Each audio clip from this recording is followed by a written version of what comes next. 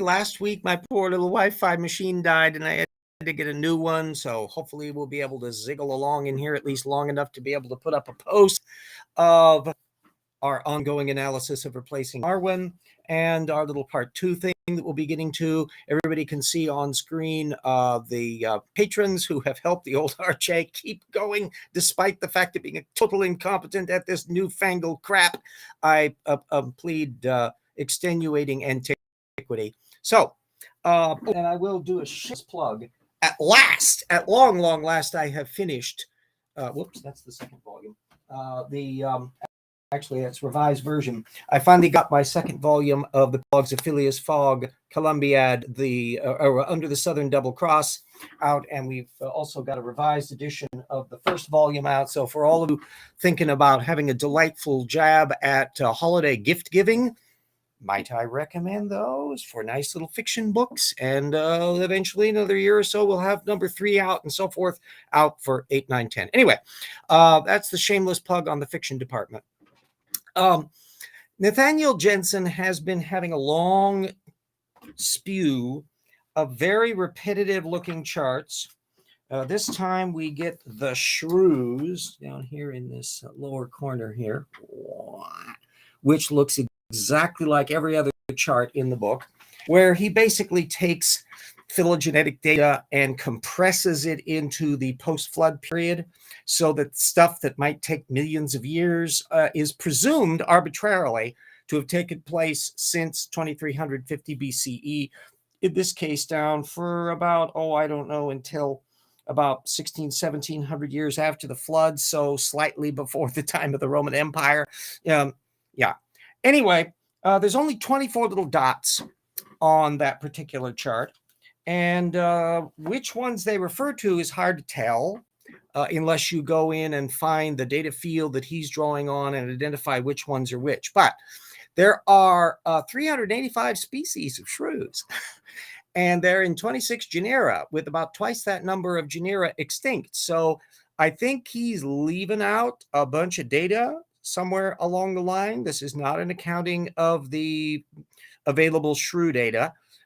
He's being a little bit fudgy on the data. Haha, surprise, surprise. They're also, they live in burrowing habitats by and large, and they are really abundant. I was quite surprised to discover that there are estimated about 100 billion shrews on the planet.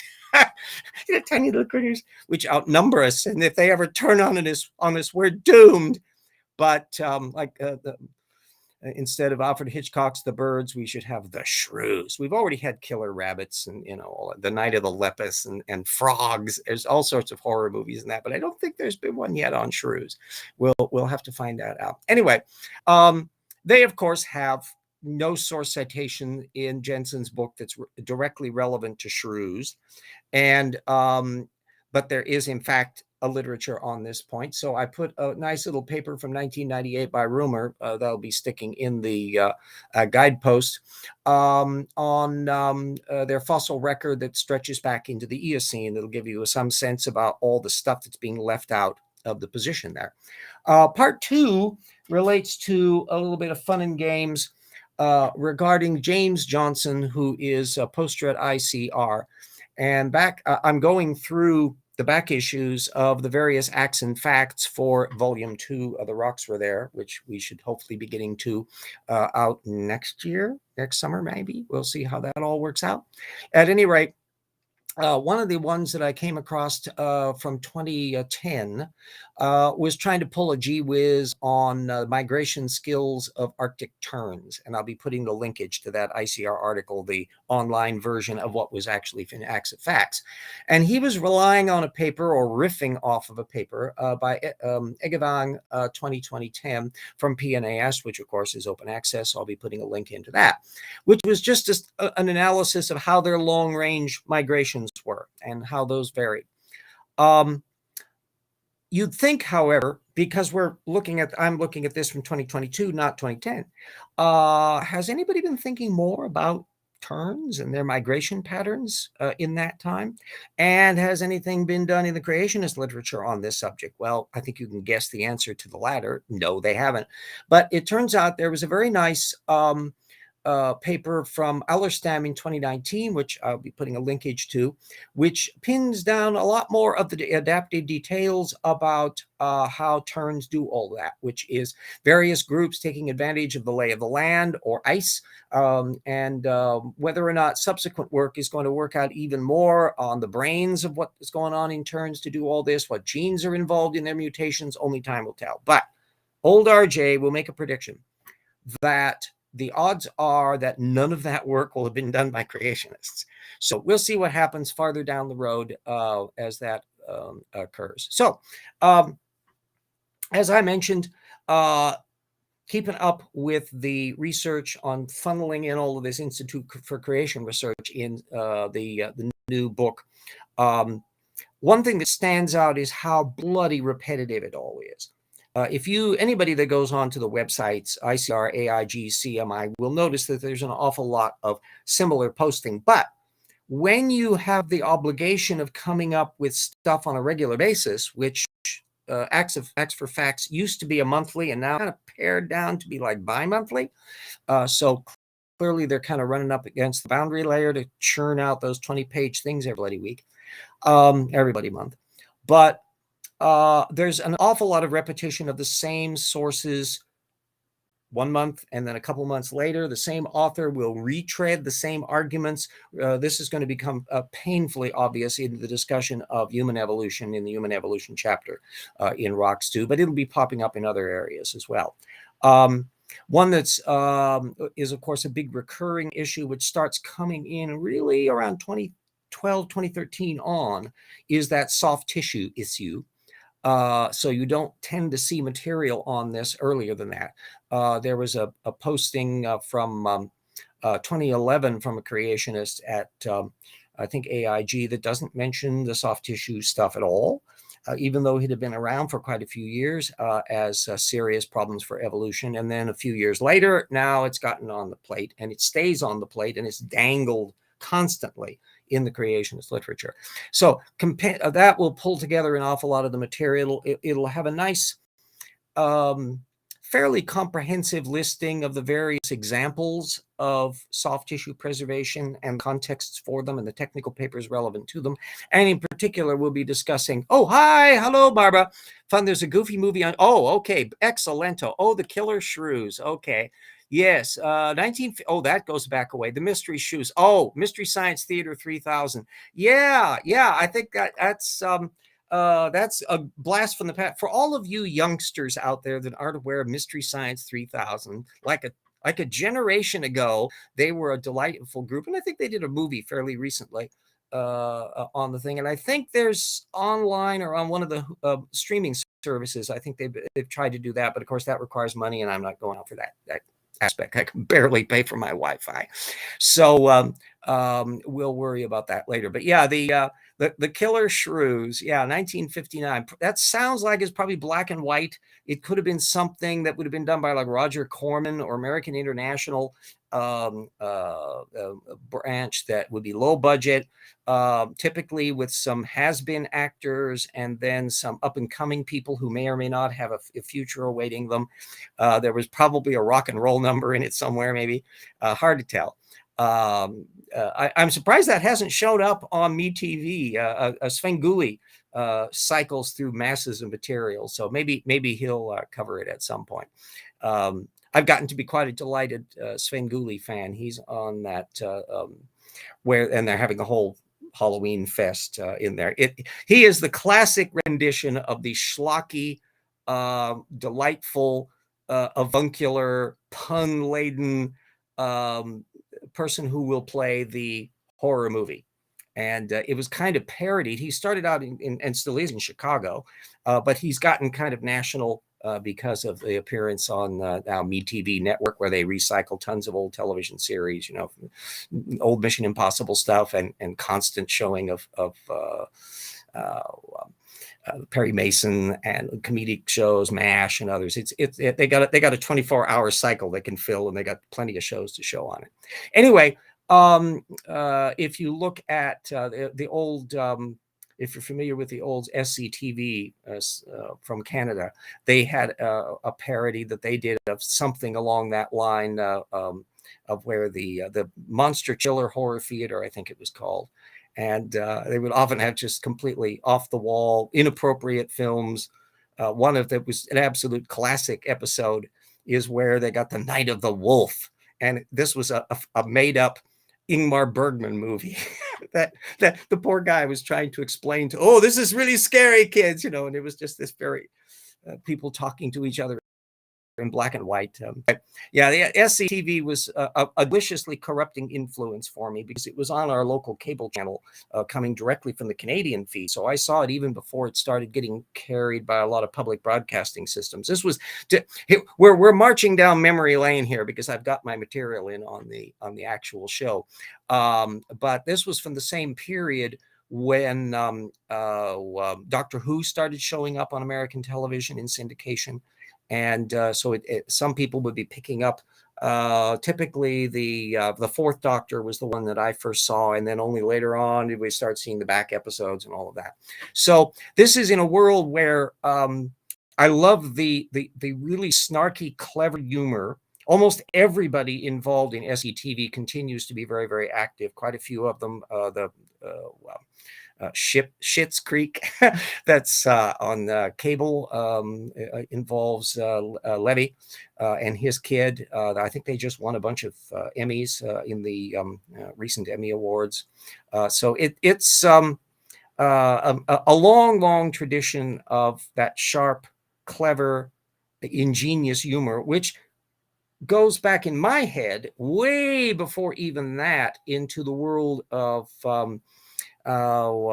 Steve Allen, and that was the week that was, and that kind of sharp, this kind of stuff that often ended up on record albums rather than directly on television. These were people who tended not to be in that framework. Well, starting by the 1970s, things were starting to loosen up in the same way that Monty Python started to appear on British television during the 60s and 70s, to where initially it was scaring the daylights out of conservatives at the time, and yet everybody that watched it was getting it, and it gradually moved along. And so our standards for what we can get away with in humor and how off the wall we can be have all been built up because of that. Oh, and I should also probably mention Ernie Kovacs from the 1950s. That led to things like the Rowan Martin's Laugh-In that was clearly done in a style that was reminiscent of Ernie Kovacs. You can catch, I'll put his name down in here for anybody that catches that on the post live feed. Ernie Kovacs had a sophisticated, surreal humor, and the same thing was true for Steve Allen. For all of you youngsters in the audience, try Googling some of that stuff. You can probably find stuff on YouTube that'll show you some of that material. Kovacs was a very literate, cultured person. Can you imagine the idea that around maybe 1960, he does a whole segment where he has basically a live television, not funny, but intended to be just evocative vignette set Bartok's Concerto for Orchestra. And then, of course, the ultimate one where he would have an oscilloscope playing every once in a while. And he had Lotte Lenya's version of the Threepenny Opera that had just come out on LP in stereo in like 1958, 59, somewhere around in there. So suddenly he would cut, and there would be on the TV screen just an oscilloscope. And as the music played, the little oscilloscope would go up and down. And so you were getting this, und der Haifisch, hat sie und trägt sie im Gesicht. And I, as a little kid, some years old or so, I'm going, oh, this is interesting. Even though I had no idea what the music was, I only knew that it was German and weird. Only years later did I realize, oh my gosh, that's Threepenny Opera by Kurt Weill. And I'm going, wait a minute, I know that because that was in Ernie Kovacs. So check out any of that stuff, because if you think that the modern world has invented sophisticated humor, no, this has been around all the time. It just is that people will figure out new ways of doing all of that. And of course, anybody who looks at Monty Python sees this just incredible mixture, which was very, very British, of the combination of extreme cultural sophistication and totally shameless, pathetic toilet humor all running at the same time. And that's been a long-standing element in that kind of thing. So I grew up on that. Because of how I think that the environment that you live in has an enormous effect on you, and what you like and what you don't like, and what you are gravitating to and what you don't, will have impact on you. So be very careful, parents, raising your kids, because things can have influence, and trying to stifle their imaginations probably is not going to work. It may work for a while, but yeah. So I was marinated. Oh, hell yes. Monty Python, yes, hilarious. That they would have things like a whole segment on Julius Caesar done on an Aldous lamp, and Wuthering Heights like semaphores. I mean, they would just mix metaphors in such absolutely brilliant ways. Like Ernie Kovacs, if you're familiar with Monty Python, this is having nothing whatsoever to do with science. I totally apologize, but while the signal's working, I'm going to run with it. But I'll try to connect it up with the whole idea about how we deal with things. The tendency to not bother about how to have an exit. So they would say, and now for something completely different, and just cut to it. Well, that partly comes from that sight gag, abrupt transition bit that Ernie Kovacs was doing 10 or 15 years earlier. So everybody kind of feeds off of everybody else. The way we do science fiction today is somewhat different because of how Doctor Who would do science fiction on television back in the 1960s, 70s, and 80s. They were on for so long, it would affect things. And American style things would feed back onto them. So we've got a lot of different stuff that's going on in the world. And typically, people who are writing science fiction and people who are doing comedy series tend to be left of center and more open to looking at the world a different way. Many of the cast members in a lot of these shows were gay, certainly the case for Monty Python. So there was an awareness of what the outsider can perceive, even if it wasn't overtly shown on the air, although sometimes they had stuff like the famous police raids shown in a skit in Monty Python where they were raiding people that were dressing up like mice. And this was a thinly veiled analogy for raiding people who were in gay clubs.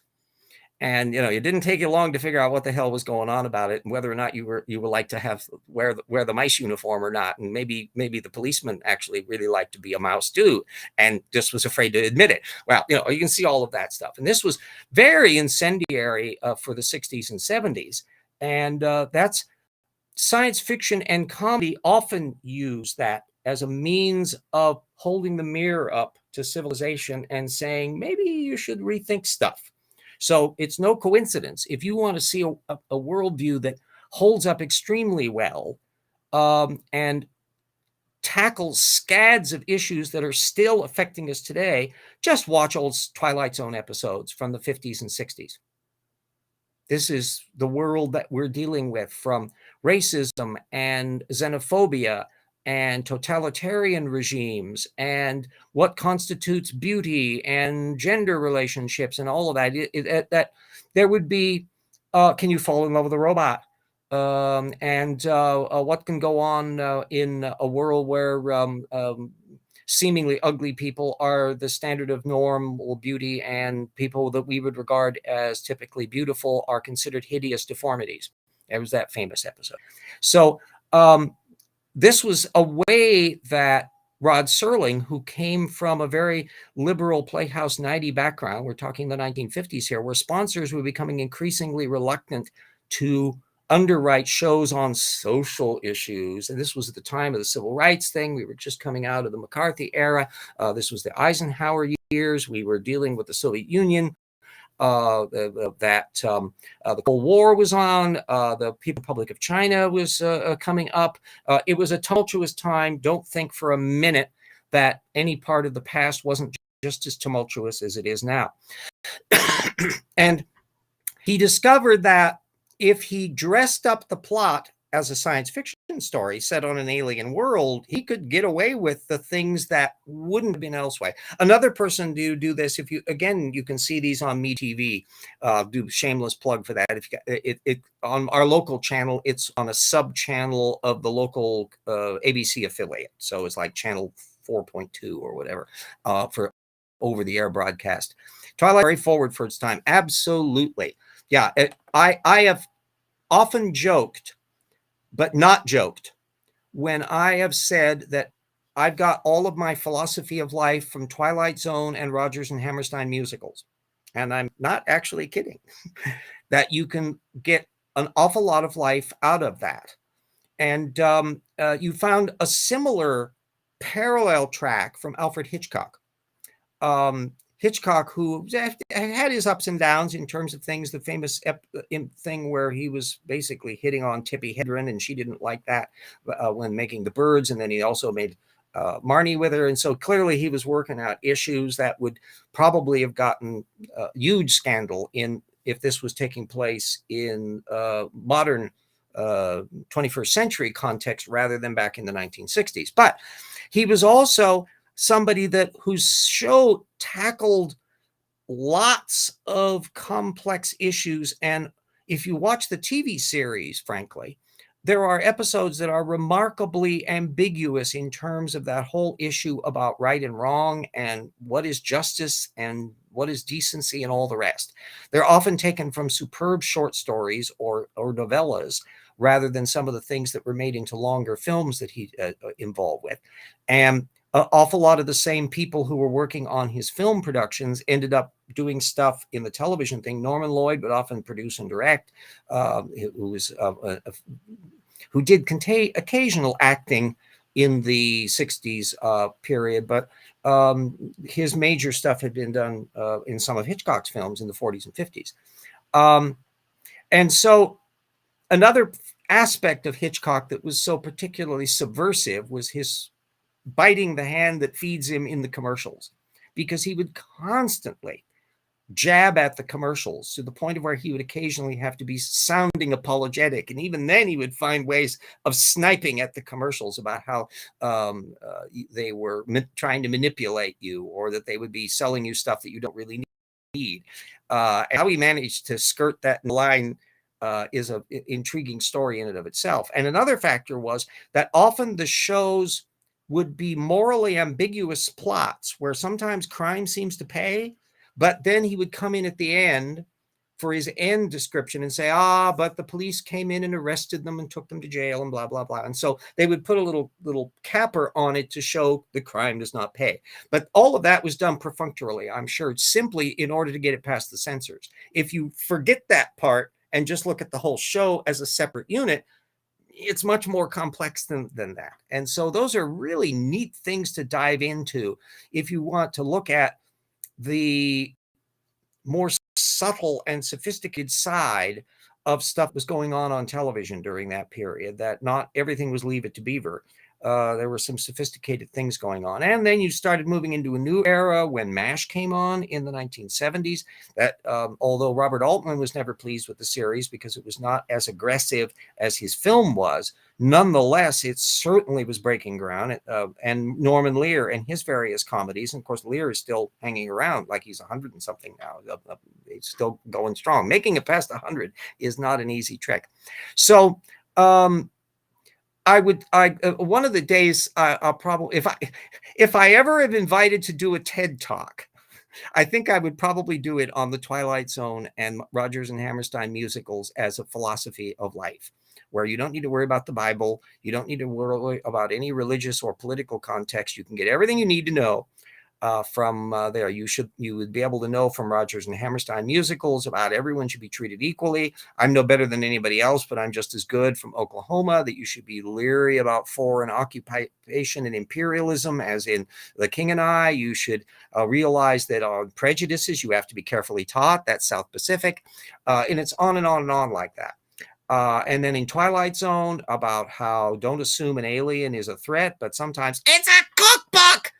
And and to connect up with something else, Earl Hamner, the guy that did the Waltons, there are several episodes of the Twilight Zone, well, more than a lot of episodes of Twilight Zone were written by Earl Hammer before he went on to do the Waltons. And Ray Bradbury bumps into Alfred Hitchcock. There's several episodes of Hitchcock that were done by Ray Bradbury. They were science fiction mysteries that popped up. I think that was in the half-hour versions back in the 1950s part.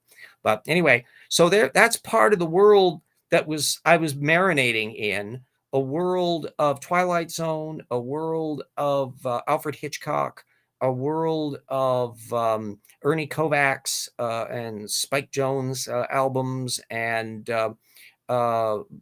a world of history that I was reading in books on mysteries and science fictions. Oh, yes. Oh, yes, yes. In fact, that was just, yeah, you are watching those too. Yes, indeed. Just had a Hitchcock show on where two women kept an abused wife protected after she killed her husband. Yes, that was a perfect example of an episode where moral ambiguity is the place, basically, where they conceal evidence or simply neglect to be forthcoming about evidence because she was an abusive wife, abused wife who killed her husband finally. And I thought, if you look at the writing on that show, how intensely beautiful and powerful and poignant. Plus, these were a pile up of really superlative actors. You find people that often did relatively minor roles in television shows, but they were delivering very intense performances in the performances that they were doing on Alfred Hitchcock shows. So, and it's also a structure in terms of the tightness that, apart from one season of Twilight Zone and the last few seasons of Alfred Hitchcock, these were half-hour shows. And so there's a sensibility of how intense and compact that writing was. And I've, in doing my own novels and thinking about things about how a chapter can be constructed in a tight context, how dialogue can introduce characters, and how you can do things in this compressed form, that half-hour form has been very, very interesting for me. You still find some half-hour works showing up in some of the streaming videos and newer shows that come along. You look at something like What We Do in the Shadows is a half-hour episode series. Other things are typically the hour-long form. Some can sprinkle out to an hour and a half or so. Now, of course, that we're in the era of streaming, where so much of the stuff is independent of the standard formats on television, it can run all over the place. So they can operate at whatever length they want. They can deal with however many episodes they want. So we're in some respects a much more free area in terms of development. But what should impress you when looking at even the current crop of very powerful things, something like Deadwood, as a television series, which was very, very groundbreaking. I just recently watched all of that with some friends on DVD. That these older programs from Serling and that hold up really well. And the Hitchcock show, I don't think you could find an episode of Twilight Zone or Hitchcock that is a clunker. Everything about them is absolutely superb. And their writing, the casting of things, the execution of them, the tightness of the production values and all of that. It's just an amazing little thing. So I grew up on that, and I'm hoping that anybody that makes use of current media will be opening up people's windows in the same way so that they can experience a broader way of looking at things and ask questions about things and explore stuff. We're still clunking around to figure out how we're going to handle all of this internet bit where we have functionally instantaneous information access at the same time that we have such a glut of information that there's not time enough in the universe for you to be able to get at all of this on your own. So you have to be selective. And then the insist thing is people who get into little ghettos of media where they're only looking at the little narrow window that they want to look at. Now, to some extent, I'm bumping into some of the other side, as it were, in dealing with creationism, because I'm looking at religious apologetics, I'm looking at creationist apologetics, where you have people that are presenting material on that front that I'm looking at in terms of the source methods on it. But what you find with the old days, when so many people would be watching a relatively few networks, where a gigantic, something like 50 or 60% of the population would be watching I Love Lucy every week. That's a penetration and a unified image that's absolutely staggering. We have now way more people now, of course, so that you could still have very large blocks of people that are watching a particular program that might be streaming or would be on a regular network still. But there are so many other people that there will be folks that may never know anything outside of that little niche because they never go to see it.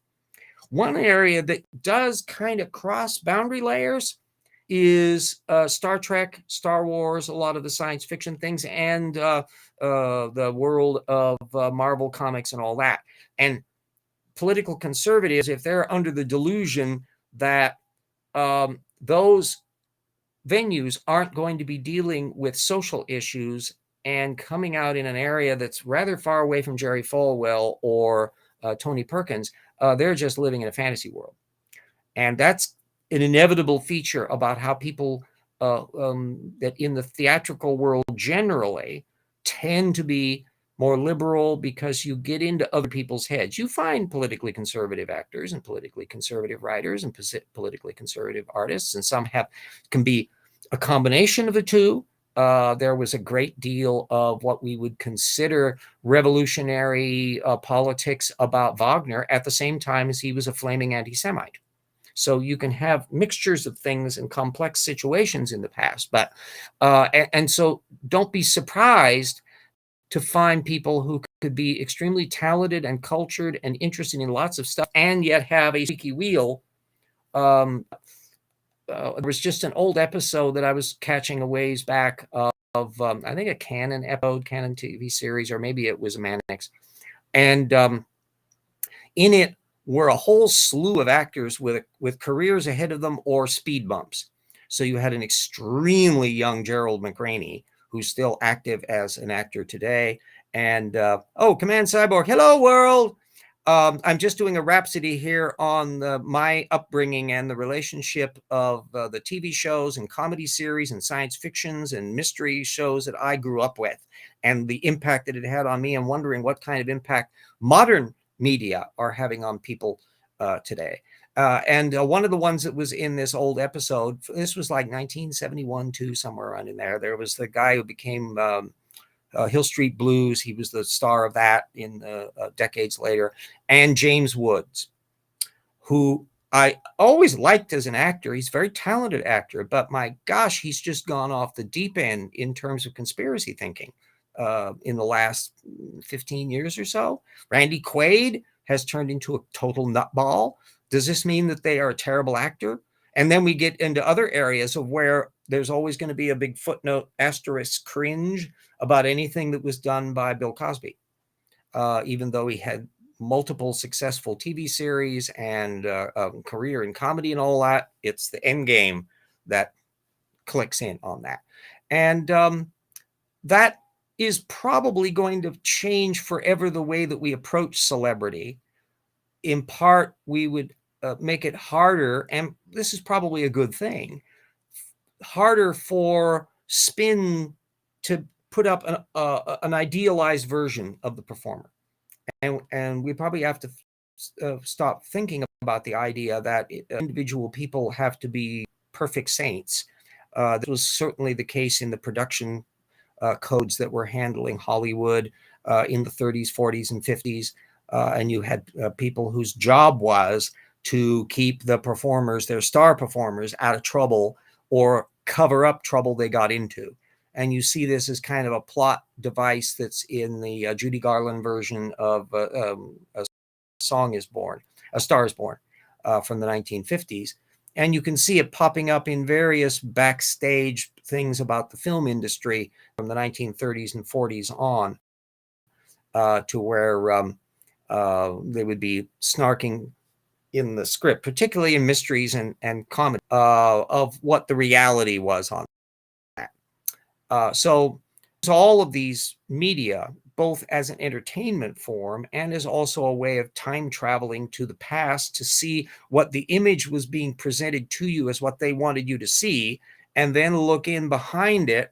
Svengoolie does that in in relation to those science fiction and horror movies and that he shows, where he dives into the production people, the people that did the makeup, the various stars, what careers and things they had. Doesn't veer into the political aspect of things, but still it gives a background context of it. And anybody that has a fascinating interest in any kind of work like that, dive into it and look into it. So, okay, we've gone past 35 minutes. I've spent very little of it talking about the science aspect of it. I'll be putting the links up onto all of that, of course. Hopefully, we'll be able to keep up a fairly good thing. I've been getting used to how the battery recharging and the rates and things that go on in all of that with the Wi-Fi. I'm getting used to all this, and I'm operating in an extremely low budget to boot. Although I must say, there are people that actually shell out chunks of money to do live streaming using the fancy software, and they glitch up. They get things where their audio isn't syncing up or whatever. And I'm going, and you're paying money for this? So I can't complain about it. I've got a thing that I can get to do and put the shows out and all. There's books to do, Evolution Slam Dunk and the rest for their Volume 1 as gifts for the holidays for your book-loving friends. Or if you hate some creationists, send that to them as well. Although you think, really, actually, I don't want anyone to waste my work on some poor creationist. It'll just annoy them. But the fiction aspect, the Paralogs of Phileas Fogg series, that hopefully I'll be able to get the third book, Jewels to the Flame, out another 2 years or so. We'll see how that works out.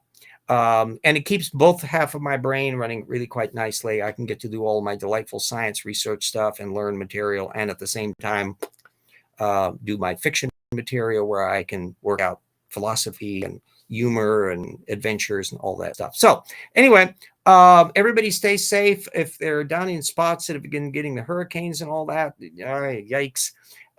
We're running at fairly high temperature for October. It shouldn't be in the 70s and 80s, but that's what it's going to be for the next few weeks here. But we're not as bad as some of these other places, and we haven't had as bad fires and things the last few weeks and that. So that's settled down in that. So cross fingers in that for that area. Everybody stay safe and careful, and don't get monkeypox and don't get COVID or any of its Omicron variants, et cetera, and so on and so forth. And try to make life better rather than worse. And don't accept any cookbooks from space people. There's your Rod Serling lesson again. So see you all next week, kids. And don't accept